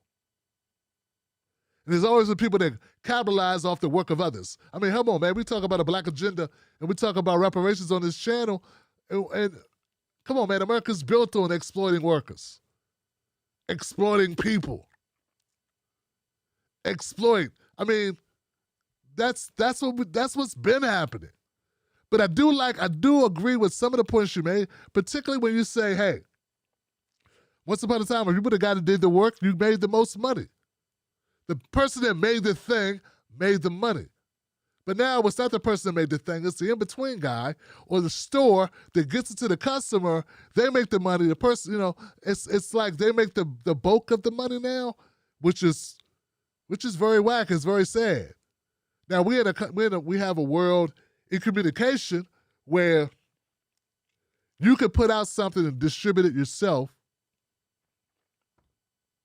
which is something I really need to do. Where you take the guys in the front out of the picture. And that's the reason why you get these people that are making this type of money, these comedians that you talk about, these commentators that you're talking about. That's because they're foregoing the middlemen. Because the middlemen traditionally would be what? They would be the MSNBCs, the CNNs, the New York Times, the Washington Post, the Politicos, the Fox News, the Blades. They would have to be these entities, right? So like now, you, Will, could start something next year. And if you stuck with it. See, people that I run across, I mean, we look at what I've done. It ain't all of that. You know what I'm saying? I wish I was doing so much more. You always wish this. But I'm only doing this now at this level, and it's, don't get me wrong, I ain't bragging. It's a kid playing Xbox right now who makes my numbers look like, what am I even doing? What am I wasting my life? What a career choice. It's a kid unboxing toys right now that makes me look like, why do you even get up in the morning? Okay, so don't get it twisted. I'm not arrogant at all. I don't have a big head. I know. I get told all the time, my channel's garbage. I'm dying. No one wants to watch. I hear it constantly. That's what they always say about me. But still, somehow I've been doing this 10 years. So, and with a modicum, with a general level of credibility and respectability. Like, I'm not totally unknown. So anyone could do this. But you got to stay with it. You can't just go, okay, I'm going to give it 6 months. You got to go, I'm going to give it 6 years. And most people don't want to say I'm going to give it 6 years because something else will come up. As if things didn't come up for me. Things came up. I had a son. I had grandkids. Moved homes. Lost family. Lost my dad. Like, things happened. Had health scares. All these things happened. And you know what I kept doing, Johnson? I kept doing the thing.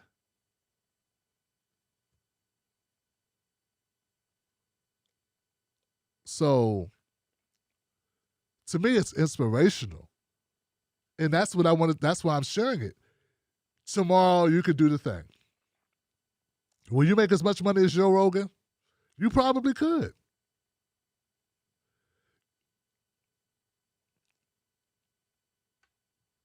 It's possible. I can't say you couldn't. Do you need to? Do I need to? Who needs to? These are the way I've had to kind of like refocus, like, and redetermine what success is. Is it successful just being able to do it? Instead of looking at other people and go, okay, I got to be as big as this person, insert name of person, much bigger than myself. You know, but it is something, guys, it is something that we could say, hey, you can do something. You can do something, and you can get it out in front of the world. And once upon a time, you have to go through labels. Say you could sing. Once upon a time, you have to go through the labels to put that out. There are gatekeepers who control who can put out what. You can write a book tomorrow. Right now, you can write a book tomorrow and put it out. You can write a blog post. In the 80s, what was blog post? There were no blog posts. I don't know. These are things I think. I appreciate you, family. I do. I agree with you about Eric Adams. But there are a lot of elitists. That's all they are. Elitists who look down their nose at working people. It is old as the day is long. It is an old, reliable go-to of elitists to look down their nose at working people.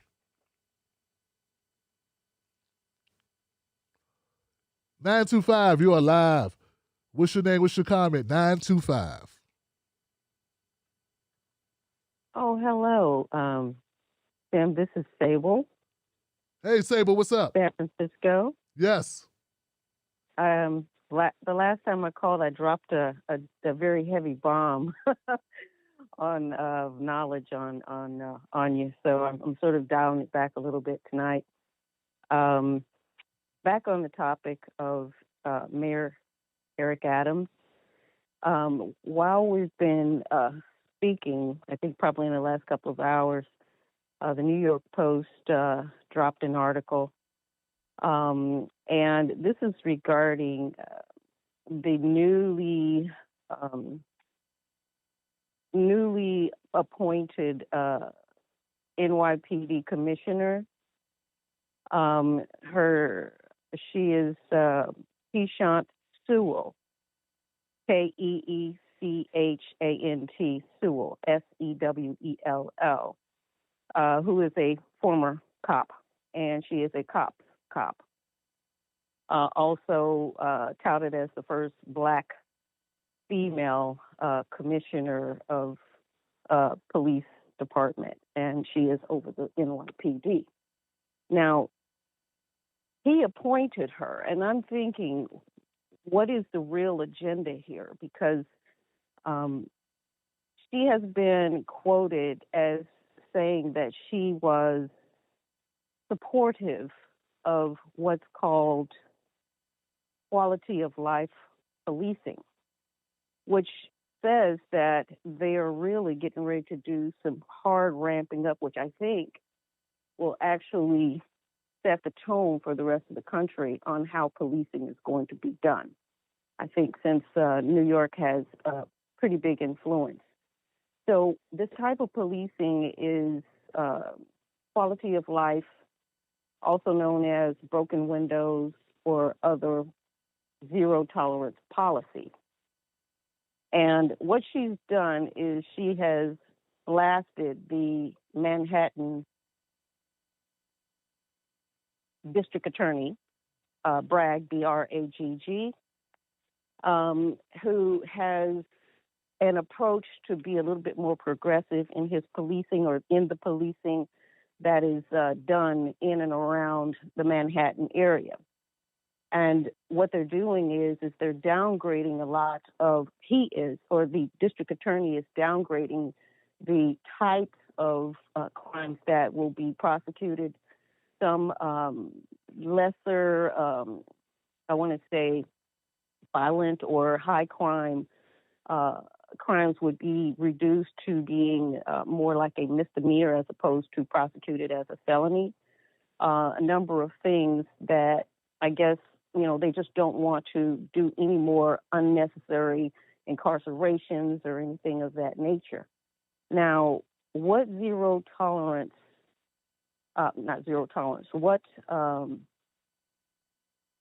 quality of life policing is, more or less, is it kind of came out of the 90s during the Giuliani administration, and it refers to the practice of heavily policing a number of normally non-criminal activities such as congregating and or drinking in public, minor offenses such as graffiti, public urination, panhandling, littering, etc. And what the argument is if left unchecked, they'll lead to an explosion of serious crime. And when it's coupled with the zero tolerance approach, this is the type of policing that favors arrest over service or conflict resolution, or in situations where a warning or citation would otherwise be issued. It says here this in turn contributes to the soaring number of arrests, largely of people of color, and increased police brutality.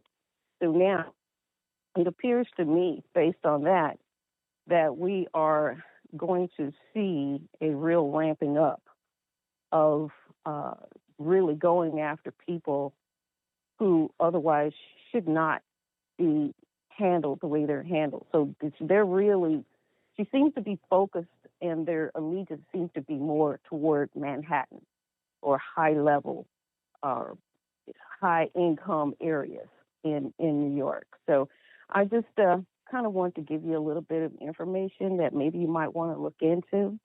How is that something that resonates? That's definitely resonates. I appreciate the information. I'll look into it. I've looked into Kashance. Give it up for my caller, Sable. I appreciate that. 90 seconds. I hate this damn counter, by the way. There's no way to cut it off. It just does this. 50 Cent, the rapper, the producer, the actor, the director, business mogul guy, he put out something. I was looking for that while you were talking, because 50 Cent said something in a post about Eric Adams. And it was very short. And here it is. I found it on Instagram. And it says 60 seconds. He's referring to Eric Adams. He says, this guy gonna put everybody in jail. Just watch. You gotta look at his eyes, bro. You can see it. Gang is going to jail. LOL. So, yeah.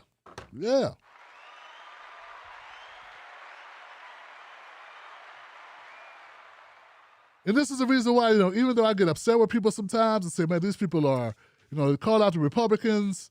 You don't take the ball off the ball, but don't take your eye off the ball. But the Republicans, you also can't get in bed with the Democrats, with the establishment. But you gotta marvel at the audacity of the Democrats, where they're the same ones who say they support Black Lives Matter and ending mass incarceration, police reform to some extent, and then they turn right around, give more money to cops, and then 10 seconds. and then they get behind the establishment, gets behind former cops like Eric Adams.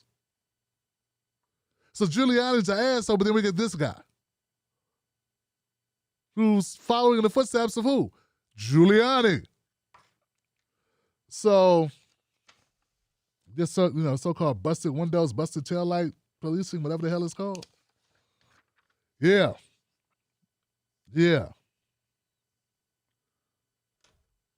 So anyway, I appreciate your information there, Sable. There's always something new to cover, isn't there, Johnson? Isn't there always something new to cover? There's always a new angle. You can always stay fresh. And if you're wondering, if you're ever thinking, oh man, I got nothing to talk about, well, I got everything's good to go. There's always going to be something like this that you can cover, that you can get sink your teeth into. So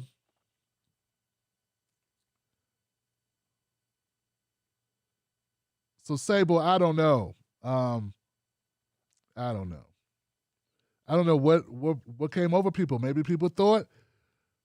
My understanding is this, and this is what someone told me, because I live in Maryland.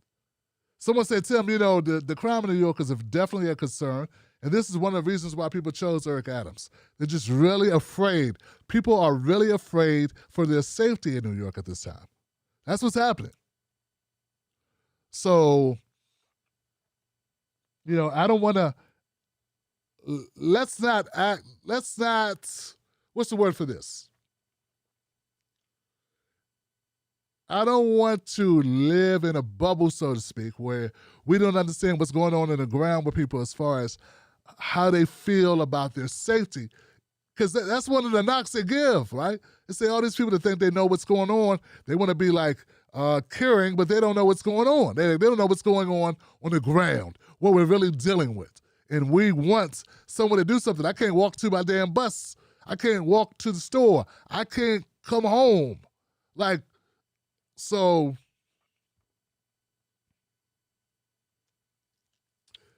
And I'm not so certain that Eric Adams is a solution for that. If all he's going to do is over-police and racially profile, but I guess that's okay if you are in the gentrified area and they done pushed everybody out anyway. And it's okay for you because you ain't going to be the one that racially profiling, because you don't fit the racial profile if you had a complexion for the protection from the collection. You know what I'm saying? That makes sense. I think that making sense.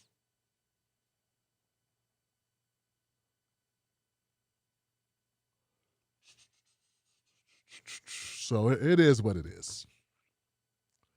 It is what it is. Falling for the okie doke. But then again, guys, I don't think we really fall for the okie doke. I think they fool the people who are.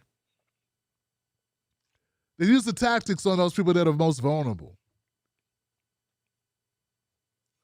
The people that are most vulnerable are the people that end up missing the boat on this stuff.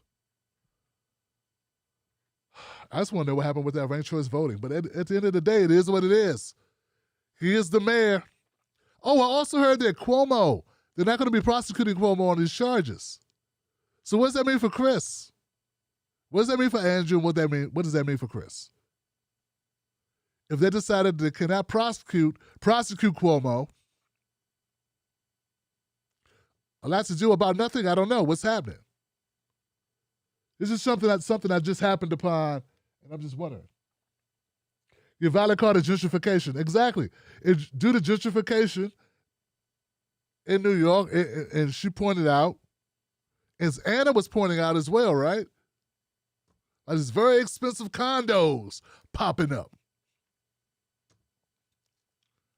Everyone's priced out. There's only a bunch of people, bunch of European immigrants who come here rich with a whole lot of money, Whole lot of money. And I think I know the show that William was talking about. It was comedian Tim Dillon. Damn, Tim Dillon, he quickly made his alliances known, didn't he? He quickly made his alliances known. I remember when I first heard Tim Dillon, I was like, God, this guy's kind of interesting. I think this was before he did Rogan. But man, once he did Rogan, it was a wrap. Yeah, like once they get those opportunities, man, it's like, oh, I guess I made my mind up what I'm going to do. I know what vantage point I'm going to take now.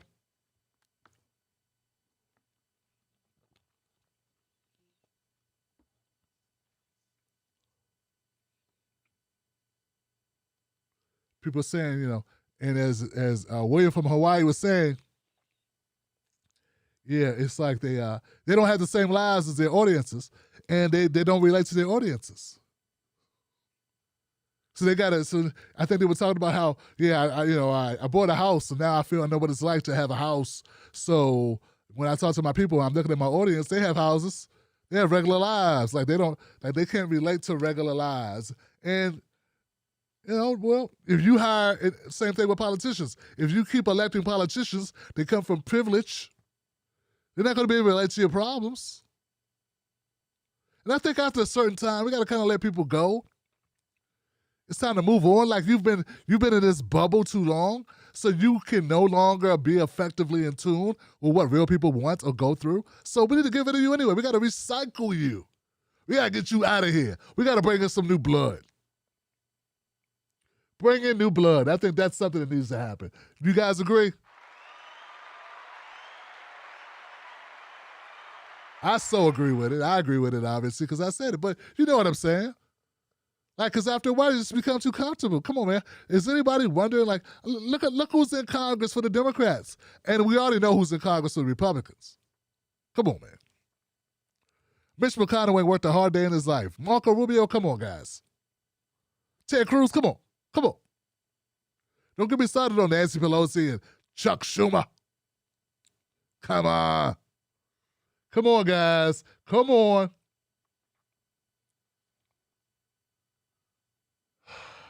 So anyway, that's it, guys. I want to thank everybody who tuned into the show tonight. Oh, I watched the Kevin Garnett story.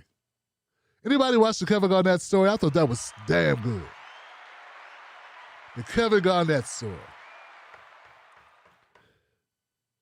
Just to be in tune with who you are and not kowtow, not bend, not, just be yourself.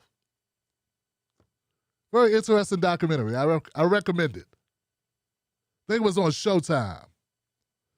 Kevin Durant. That's all I got, guys. Nothing but love for you. Real Tim Black on Facebook and Twitter. Tim Black and Night on Instagram. We do this on Tuesdays and Fridays. Phone lines do open on this show. Shout out to Keith Weston, Context Matters, and D. Ray. Thank you for supporting this show. Go to Join Tim Black to become a member of the show. Shout out to Sign of the Times. Sign of the Times.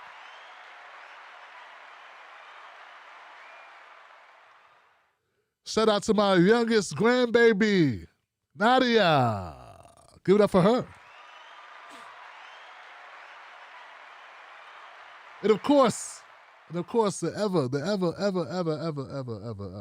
magnificent, loving Mrs. Black. I love you, baby. I'll see you soon. All right, guys, that's it. Number love for you. Have a great weekend. Brothers, buy yourselves a beer. Sisters, buy yourselves a beer.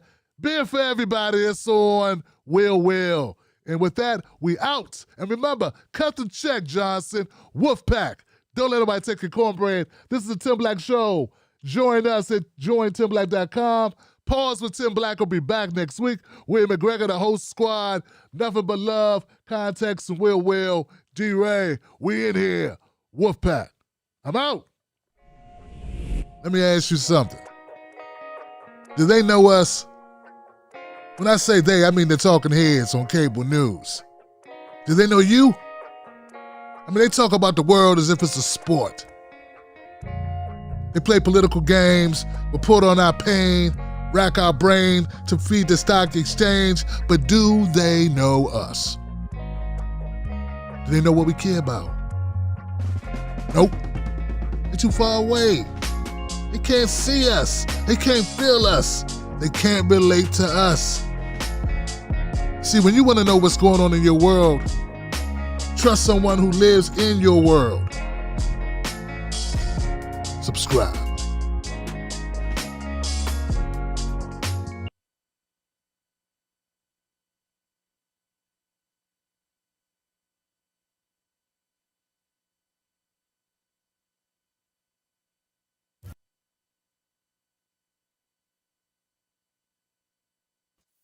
Most news shows are suspect. They don't focus on Black issues, and when they do, it's all fluff. How does that help your life? How does that help your family? How does that help the culture? They don't. The Tim Black Show is different. Tim Black gives you news for people who can't stand the news. Real, authentic, researched, entertaining, on point. Don't let nobody take your cornbread. Visit www.timblacktv.com today. Get Black breaking news, politics, culture from someone you can trust. TimBlackTV.com. Join us today.